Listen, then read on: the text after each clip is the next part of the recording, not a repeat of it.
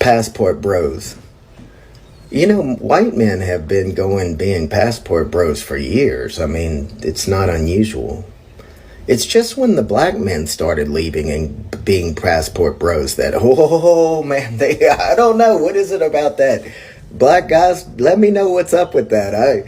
You guys, man, when y'all started becoming passport bros, the women freaked out, man. Whoa, they're all over the internet talking trash, man, left and right.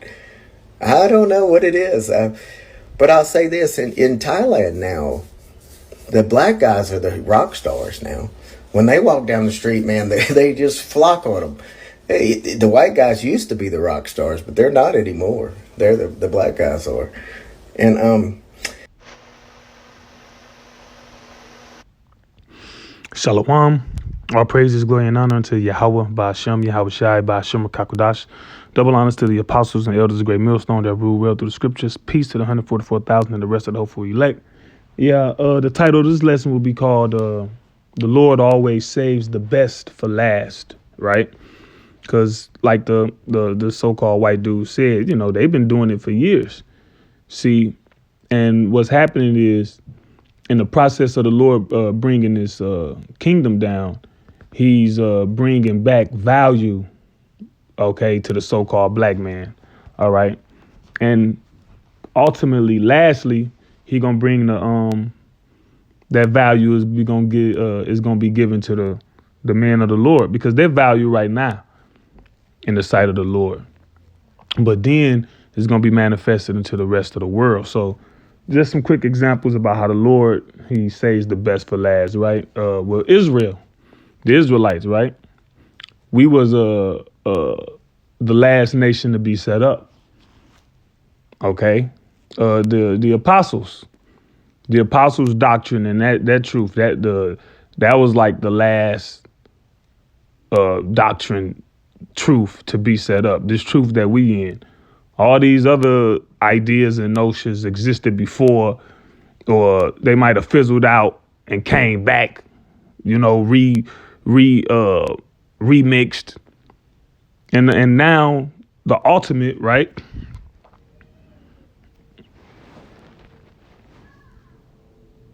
Let me see. The ultimate is the Israelite man. Let me see. Lamentations 4:2. The precious sons of Zion, comparable to fine gold. See, the precious sons of Zion are comparable to fine gold.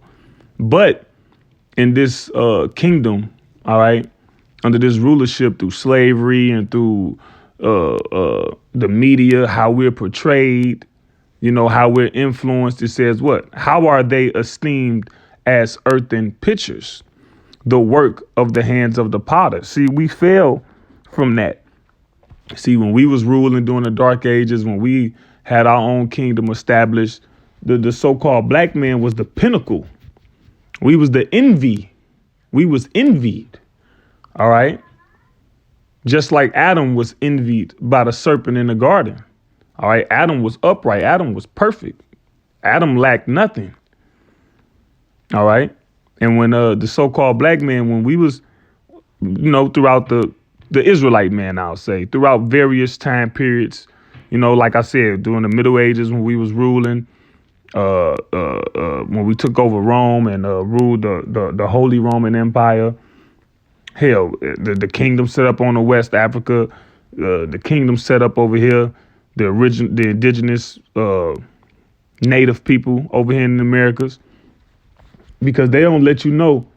They make you think that it was just pandemonium over here. Yeah, they was tripping over here, but they had cities, they had, you know, buildings, and it was civilization over here.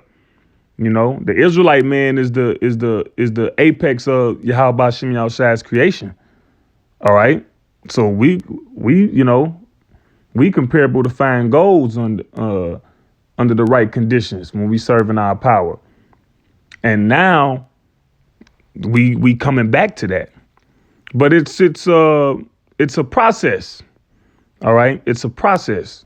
And what you see how the so-called Israelite, the so-called black man getting his glory back in different little ways.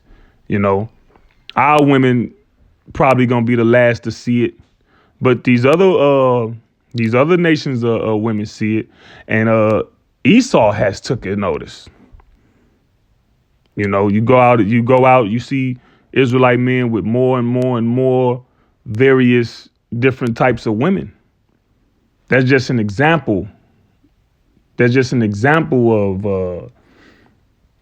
of us coming back into that desirable state. But it's gonna happen with the Lord gonna say the best for last. Let me see.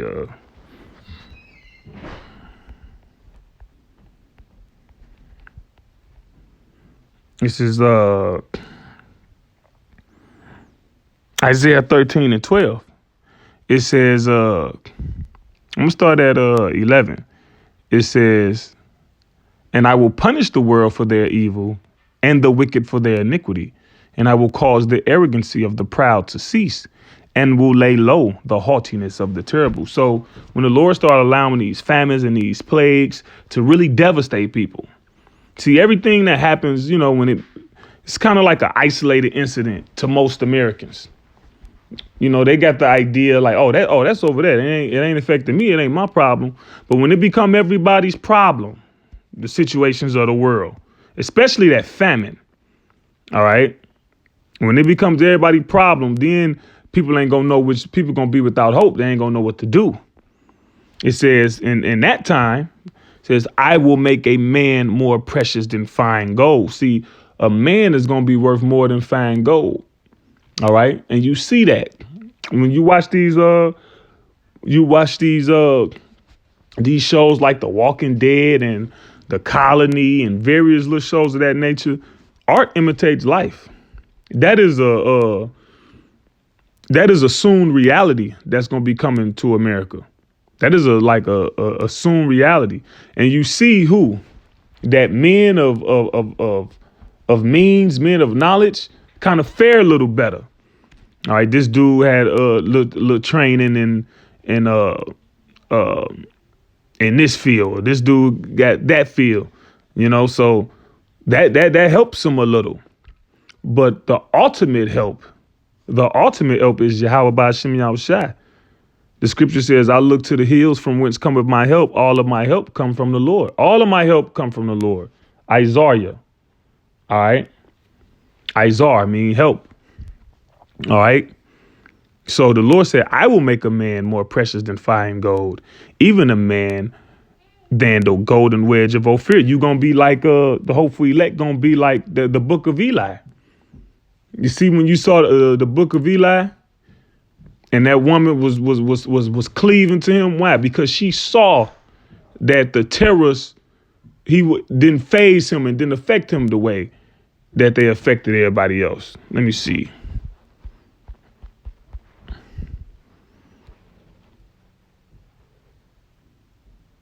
Let me see, Isaiah 4.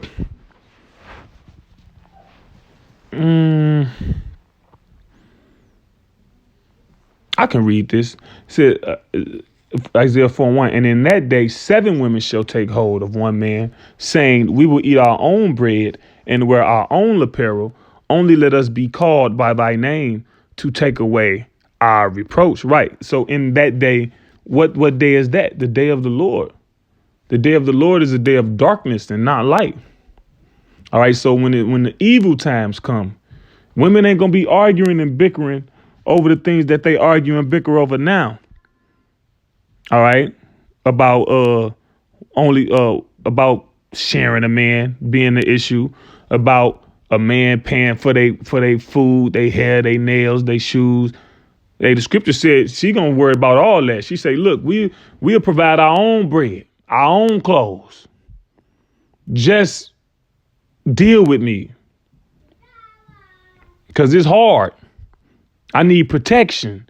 And I'm looking at you and I'm seeing you and you ain't like everybody else. You protected. You know, women, people in general, but women, they pay attention.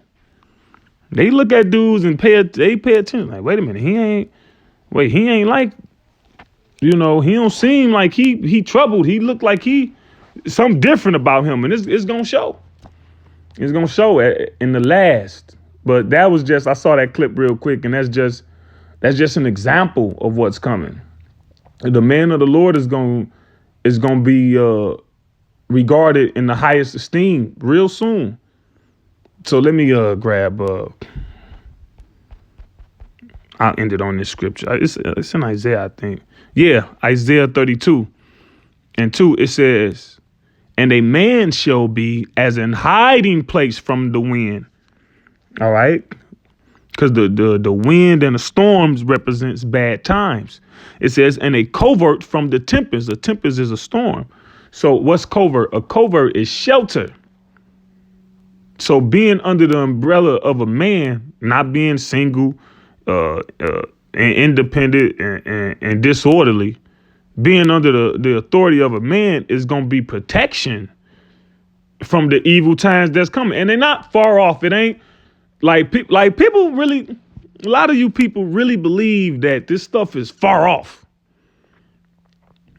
That thing that happened with the potion and the antidote a couple years, that came like that.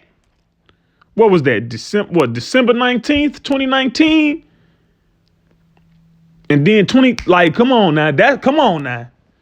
And that was the test run, believe it or not. And look how they rolled that out.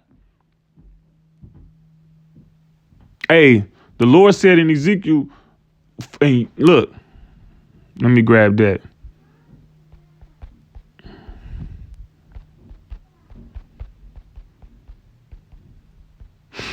Ezekiel 12:25. "For I am Yahweh, I will speak, and the word that I shall speak shall come to pass. It shall be no more prolonged, for in your days," not your kids, not your grandkids, "for in your days, O rebellious house, will I say the word and will perform it, said the Lord power." All right. We are living in a time, we are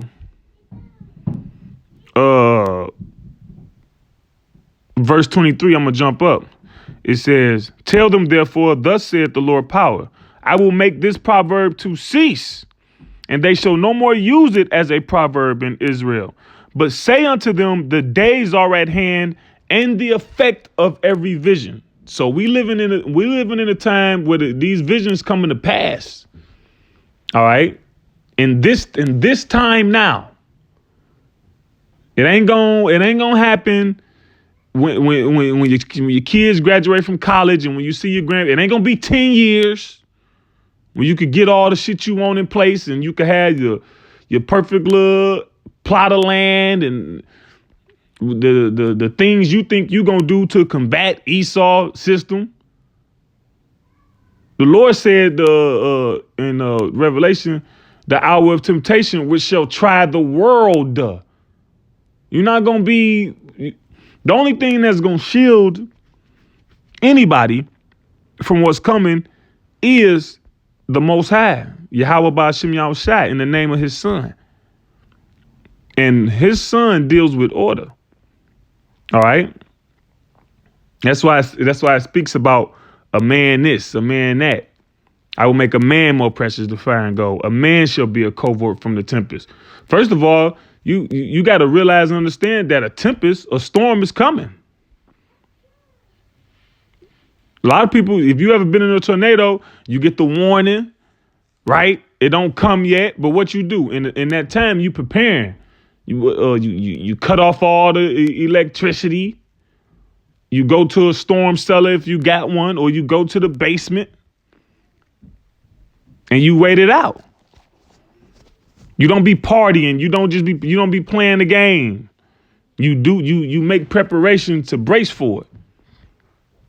The men of the Lord make preparation to brace for it by leaning on the Lord, doing what he said do, reading, studying, praying, taking care of the business of the brothers, making sure the affairs of the Lord in order. And the women, if that man got a woman, then she help to that. She supplements the help for that. everybody got a part to play. But anyway, without rambling on, Lord willing, this was edifying to the hopeful elect. All praises, glory, and honor to Yahweh, Ba'ashem Yahushai, Ba'ashem Kakudash. The Lord saved